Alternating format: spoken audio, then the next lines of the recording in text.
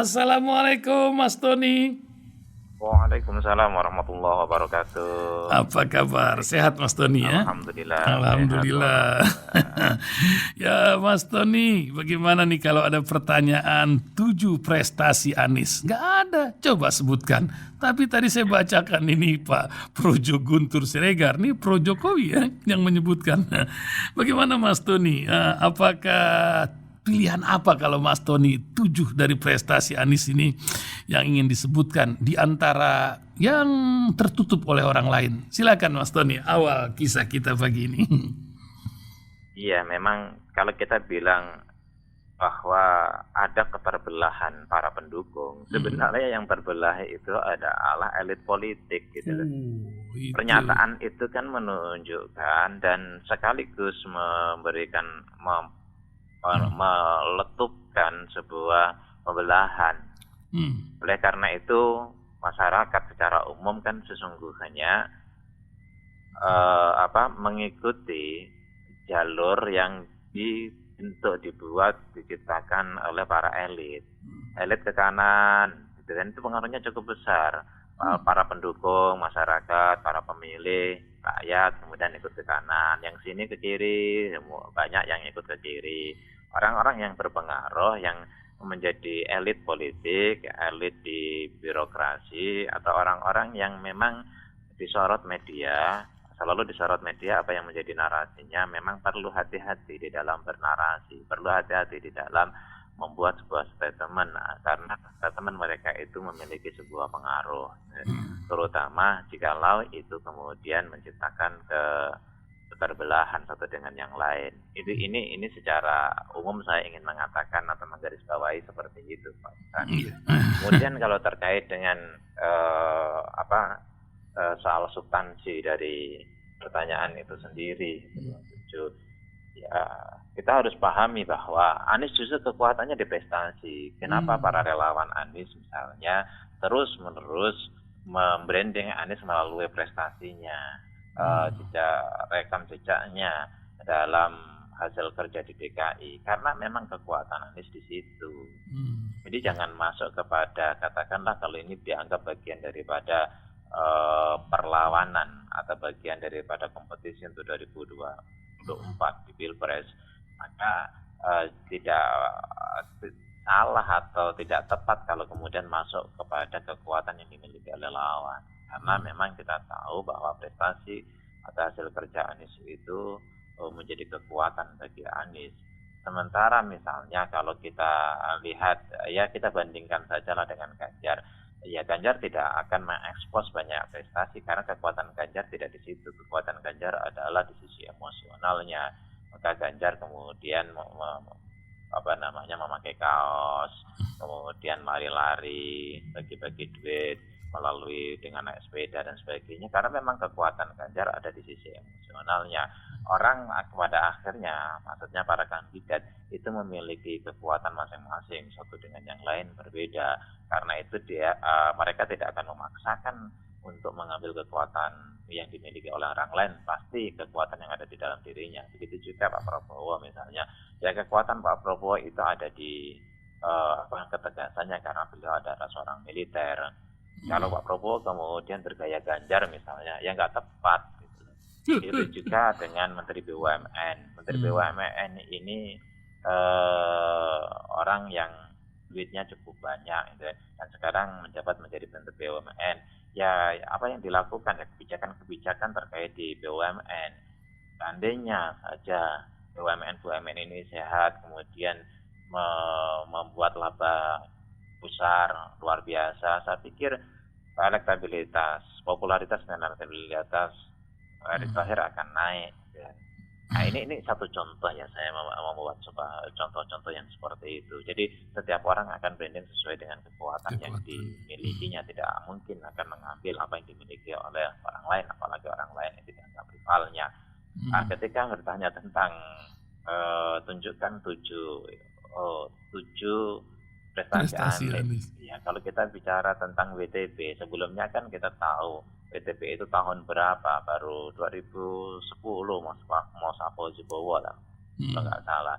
ada WTP, terus kemudian baru sekarang ada WTP, bahkan 5 kali berturut-turut, itu sudah 5 prestasi kan. Iya. Terus kemudian kalau kita lihat Yes, berapa penghargaan dari para menteri, kemudian institusi-institusi, lembaga-lembaga swasta dari luar negeri, itu dari sisi itu saja KPK juga memberikan 3 penghargaan dan sebagainya. Ya dalam konteks ini memang harus cermat, gitu kan, harus taktis ketika memang membuat sebuah narasi dalam kerangka untuk rivalitas atau berkompetisi di Pilpres 2024. Ini kalau kita bicara tentang 7 ya, kalau pada akhirnya ketika nanya tentang 7, ya relawan Anies akan menjawab dengan 70 atau 100. Dan ini justru memberikan kesempatan bagi Anies untuk menunjukkan jati dirinya, untuk menunjukkan kekuatannya, juga bagi relawan Anies untuk membranding, seolah-olah diberikan karpet merah untuk melakukan branding terhadap Anies.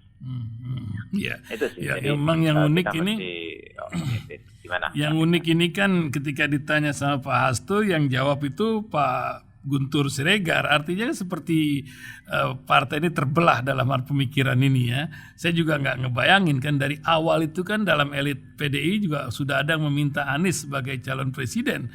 Saya nggak bayang bagaimana di PDIP sendiri terjadi pembelahan bahwa gitu. Ada kelompok yang menginginkan Anies Soekarnois ya, Puan Maharani. Ada pihak-pihak tertentu yang berupaya untuk menghalangi itu. Jadi memang ada 2 pendapat terbelah dalam 2 madhab keinginan politik untuk Pilpres 2024. Tetapi kalau kita mau objektif, yang paling rasional bagi PDIP adalah mengusung Anies Puan, sehingga potensi menang ada, Puan tetap memiliki ruang untuk maju di Pilpres 2024. Kenapa tidak Ganjar Puan misalnya? Ya kalau kemudian PDIP itu mencalonkan kadernya di luar Terah Soekarno, kemudian menang dan menjadi penguasa, ya tentu saja akan adanya kemungkinan untuk PDIP atau rumah Terah Soekarno ini yang sudah diperjuangkan dengan darah dan keringat oleh Ibu Mega sejak Orde Baru bisa diambil alih oleh penguasa. Apa sih yang tidak bisa dilakukan oleh penguasa? Siapapun penguasa itu ya. Kenapa alasan kita harus objektif juga lah.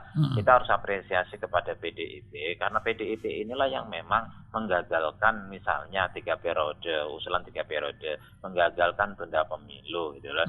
Selain memang ada alasan secara normatif itu alasan konstitusional dan Bu Mega dalam konteks-konteks tertentu itu memang konsisten terhadap konstitusi. Di sisi lain memang itu akan menjadi sebuah ancaman bagi proses suksesi Terah Soekarno di PDIP. Karena memang soliditas PDIP itu memang ada di Terah Soekarno. Belum tentu kalau PDIP dipegang atau dipimpin oleh di luar Terah Soekarno itu akan solid sekarang. Ini hitung-hitungan politik, ini kalkulasi politik. Jadi yang paling rasional menurut saya bagi PDIP adalah mendukung Anies Puan. Yang satu sisi Puan memang mendapatkan bangun. Sekarang Puan mau dicalonkan dengan siapa misalnya ya capresnya, atau Puan kalau menyapres sendiri elektabilitas cukup rendah. Kalau kemudian dicalonkan dengan yang lain ya non Ganjar otomatis ya. Kalau yang lain saya pikir pemasangan calon di luar dengan Anies itu elektabilitas itu sangat rendah, sulit, atau peluangnya untuk menang memang agak tertatih-tatih gitu. Menurut saya hanya dengan Anies misalnya itu memiliki, ini bukan soal dukung-mendukung ya, ini kalkulasi yang paling rasional. Nah, ini sekaligus untuk menunjukkan bahwa di PDIP sendiri itu memang masih terbelah. Sebagian menginginkan Anies Puan, sebagian yang lain tidak menginginkan dan berupaya untuk menghalangi Anies diusung oleh PDIP. Kenapa? Karena PDIP sekarang memiliki PDIP itu memiliki tiket sendiri, dan ada orang-orang tertentu yang memang memiliki histori misalnya dengan Anies sehingga berupaya untuk menggagalkan Anies Puan misalnya. Ya ini meskipun semuanya masih cair, tetapi kalau pandangan saya memang yang paling rasional bagi PDIP yang paling rasional dan paling menguntungkan bagi PDIP adalah mengusung Anies Puan. Iya, buat bangsa ini. Jadi itulah masyarakat harus siap-siap karena ini politik ya. Kadang-kadang yang nggak mungkin terjadi bisa terjadi. Itu yang kadang kita harus lihat kan, macam pemilihan presiden kemarin gitu kan. Mas Tony, kita pindah ke topik lain ini, Mas Tony. Ini lagi ngetren ini SCBD, Citayam Fashion Week, juga pula Jakarta tentu punya gaya, walaupun ada orang yang mengklaim ini ya melalui vlog yang macam-macam lah. Tapi jelas inilah akibat dari Jakarta yang berubah gaya. Diharapkan sebagian orang kecikini ini harusnya ramenya, tapi adanya di daerah Duku Atas itu ya. Apa yang Mas Tony lihat, fenomena apa? Saya ingat kalau itu kan tidak jauh dari Taman Lawang, akibatnya ini banyak anak-anak setengah manusia ini berkumpul pula di sana. Apa yang terjadi sebenarnya Mas Tony ini? Bukan mereka setengah manusia. Apa tuh ya? Manusia punya berkebutuhan khusus. Oh, berkebutuhan khusus Secara ini biologis ya betul lah. Umumnya manusia kan laki kebutuhannya kepada perempuan kebutuhannya pada laki-laki. Ini Kalau dia. laki berkebutuhan kepada laki-laki, perempuan berkebutuhan kepada perempuan, ini kan kebutuhan Iya, khusus. betul. Untung Putin nggak ada di sini gitu. Itu yang jadi lucunya. Apa yang Mas Tony ini lihat memang nih? Dan ini lagi, ditiru berbagai kota ini Mas Tony. Iya, Lanjut. lagi tren ini ya. Jadi kreativitas anak muda, kreativitas generasi remaja, kreativitas milenial memang harus diberikan tempat. Selama memang itu adalah kreativitas yang positif. Ya, tetapi memang kita harus sadar bahwa tetap ada ekses negatifnya, itu tetap ada. Ini yang perlu diantisipasi. Apa yang dilakukan oleh pihak kepolisian menurut saya juga sudah benar kalau kemudian melarang di zebra cross itu kan. Karena memang itu bukan tempat untuk ini. Karena di situ kalau itu sekedar untuk istilahnya pada saat lampu merah atau apa gitu kan, itu boleh-boleh saja, tetapi tidak boleh melanggar aturan lalu lintas, itu intinya. Pihak kepolisian menekankan bahwa tidak boleh ada pelanggaran terhadap lalu lintas karena itu adalah tempat jalan, ya dia dipakai di tempat jalan. Lalu kemudian tempat yang lain, ini kan memang bermula jadi anak-anak yang dari daerah, misalnya dari Bekasi, kemudian dari Citayam, SCBD dari dari Depok gitu kan. Terus kemudian dari mana-mana itu kemudian sering bolak-balik di situ. Kenapa? Karena memang itu kan dekat dengan Duku Atas stasiun kan. Iya. Jadi mereka dari Depok, dari Citayam, dari Bekasi ke stasiun itu, kemudian sudah ada di kota dan tempatnya mewah. Artinya mereka dari kampung, misalnya dari daerah yang mereka orang kampung kayak saya lah, sekarang tinggal di Tangerang Selatan. Tangerang Selatan kalau BSD Bintaro kota ya. Saya kan tinggal di jauh dari situ, kampung. Kemudian naik sekali kereta lalu ketemu Sudirman, itu kan sesuatu yang berbeda. Ada nuansa, ada situasi, ada rasa yang berbeda. Ya, orang biasa hidup di kampung kayak saya, terus kemudian sekali naik kereta nggak begitu lama sampai di jantungnya kota Jakarta, ya, dengan biaya yang sangat murah dan bisa menikmati situasi yang tempat yang begitu indah karena Sudirman sudah disulap menjadi tempat yang indah. Kalau kita kemudian membandingkan dengan, kalau saya membandingkan misalnya dengan New York, terus kemudian dengan Chicago, saya kebetulan pernah ke sana. Ya saya pikir tidak kalah itu loh. Bersih, luas trotoarnya, nyaman untuk katakan nongkrong, apalagi ada semacam Pik Mini kalau kita ya saya katakan Pik Mini. Pik itu kan ada di Hong Kong, Pik itu juga ada di Bandung gitu kan. Saya kebetulan pernah sampai ke Pik di Hong Kong. Jadi memang didesain untuk menjadi sesuatu yang metropolis, nyaman ya, buat orang jalan, buat menjadi destinasi yang begitu indah ya. Oleh karena itu menjadi daya tarik bagi orang-orang dengan biaya murah, di situ gratis hanya butuh ini, pada akhirnya kemudian mereka menciptakan sebuah kreativitas. Itu sah-sah saja kok anak-anak muda. Toh itu juga baik, itu juga positif ya. Selama satu tidak ada aturan yang dilanggar, baik itu aturan jalan raya, kemudian juga aturan-aturan yang lain, kemudian tidak menimbulkan kriminalitas, ya, tidak menciptakan situasi yang tidak diinginkan, yang berpotensi destruktif, ya. Kemudian juga harus juga diantisipasi agar tidak ada orang-orang yang memanfaatkan itu untuk tujuan politis misalnya, atau tujuan merusak situasi misalnya. Ya kemarin misalnya ada ada kelompok yang mengaku dirinya sebagai pelaku LGBT, kemudian diwawancarai. Lihat cara wawancara itu memunculkan dugaan publik, seperti profesional wawancaranya itu. Saya nggak tahu apakah itu YouTuber, apakah itu awak media, apakah itu yang lain-lain, atau memang itu khusus untuk wawancara para ini. Karena tidak seviral wawancara yang dilakukan di luar orang LGBT gitu loh.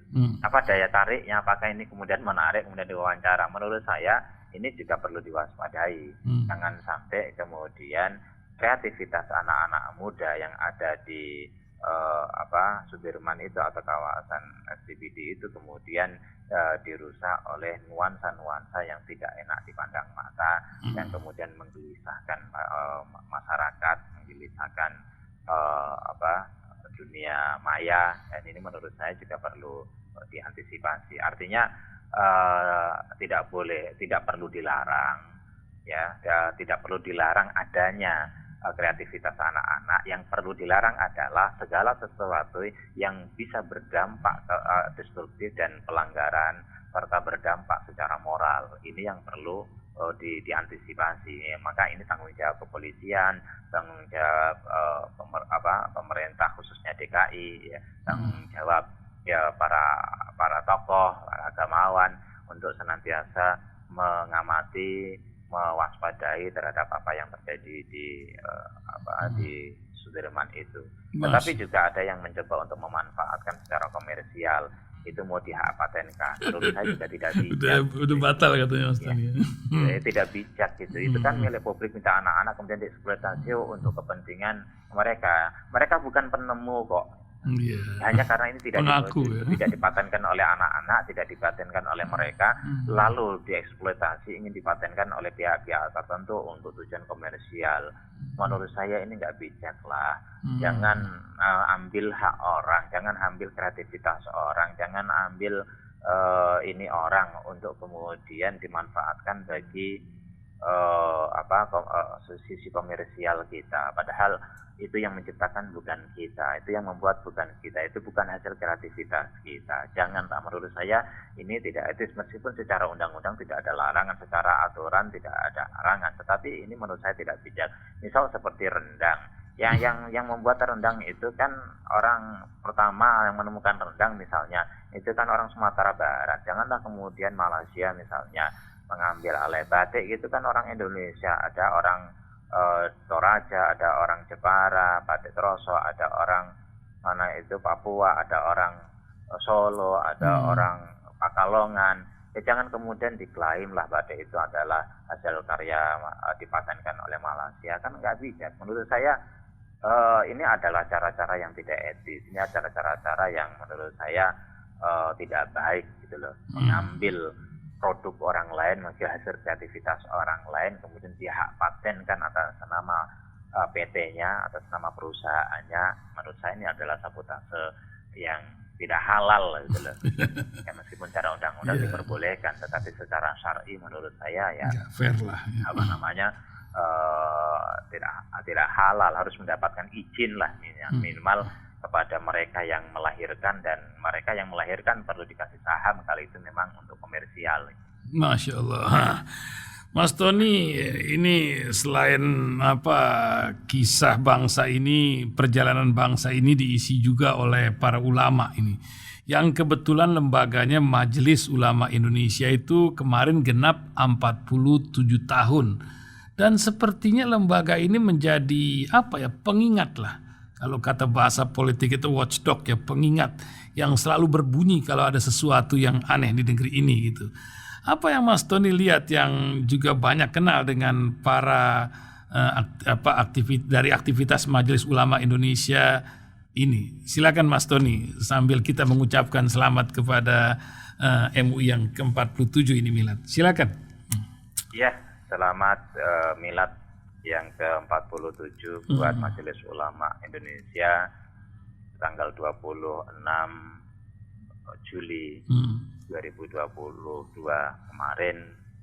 Semoga MUI semakin kuat, solid, dan MUI semakin besar kontribusinya kepada bangsa, semakin besar dan luas manfaatnya untuk masyarakat Indonesia, baik umat Islam khususnya maupun secara umum adalah bangsa ini. Hadirnya MUI selama ini telah memberikan warna cukup baik, manfaat cukup besar bagi bangsa dan negara kita. Selamat, semoga makin kuat, makin solid, makin luas jangkauan manfaatnya. Terkait dengan MUI, kalau saya mengartikan setidaknya memiliki 3 fungsi. Yang pertama, MUI ini kan kumpulan dari seluruh ormas di Indonesia. Yang pertama adalah sebagai perekat dari seluruh ormas, perekat seluruh umat, perekat bangsa. Ketika ada masalah-masalah yang terkait dengan potensi konflik, perseteruan dan kegaduhan bangsa, MUI mesti hadir. Segala hal yang berpotensi menciptakan kegaduhan, MUI mesti hadir. Misal ada orang berupaya untuk menghujat satu dengan yang lain, menghakimi satu dengan yang lain, memfitnah satu dengan yang lain. Ya, apalagi diindikasikan ada kelompok-kelompok tertentu yang memang secara profesional dan sistemik melakukan hal itu dengan logistik yang cukup kuat untuk tujuan-tujuan tertentu. MUI mesti hadir untuk memberikan peringatan sehingga jangan sampai peran MUI untuk merekatkan ini dirusak oleh pihak-pihak tertentu, baik secara sengaja maupun tidak sengaja, baik secara serampangan maupun secara profesional. Karena bagaimanapun the function of social conflict, upaya menciptakan konflik, gaduhan, itu akan terus ada sepanjang sejarah untuk tujuan-tujuan tertentu. MUI mesti menyadari akan hal ini dan peka untuk menjaga persatuan dan kesatuan bangsa ini. Yang pertama. Yang kedua adalah sebagai pengarah, sebagai pembimbing. MUI mesti senantiasa harus membimbing umat agar betul-betul berjalan di jalan yang sesuai dengan akhlak, sesuai dengan syariah, sesuai dengan agama, ya, sesuai dengan aturan negara. Saya pikir MUI punya kewajiban besar untuk ikut membimbing dan mengarahkan umat dan juga bangsa ini. Kemudian yang ketiga adalah bahwa MUI memiliki tanggung jawab kontrol, baik kontrol kepada umat Islam khususnya maupun kontrol kepada negara. Dalam konteks ini tidak boleh ada kezaliman yang dilakukan oleh siapapun, tidak boleh ada hal-hal yang buruk yang berpotensi merusak bangsa, hal-hal yang buruk berpotensi merugikan kepada bangsa maupun kepada umat. MUI mesti hadir di setiap saat. Contoh kemudian misalnya tentang fenomena ACT sekarang ini, MUI mesti hadir. Meskipun pernah MUI bekerja sama dengan dengan ACT misalnya, tetapi ACT ini adalah milik umat, ACT ini adalah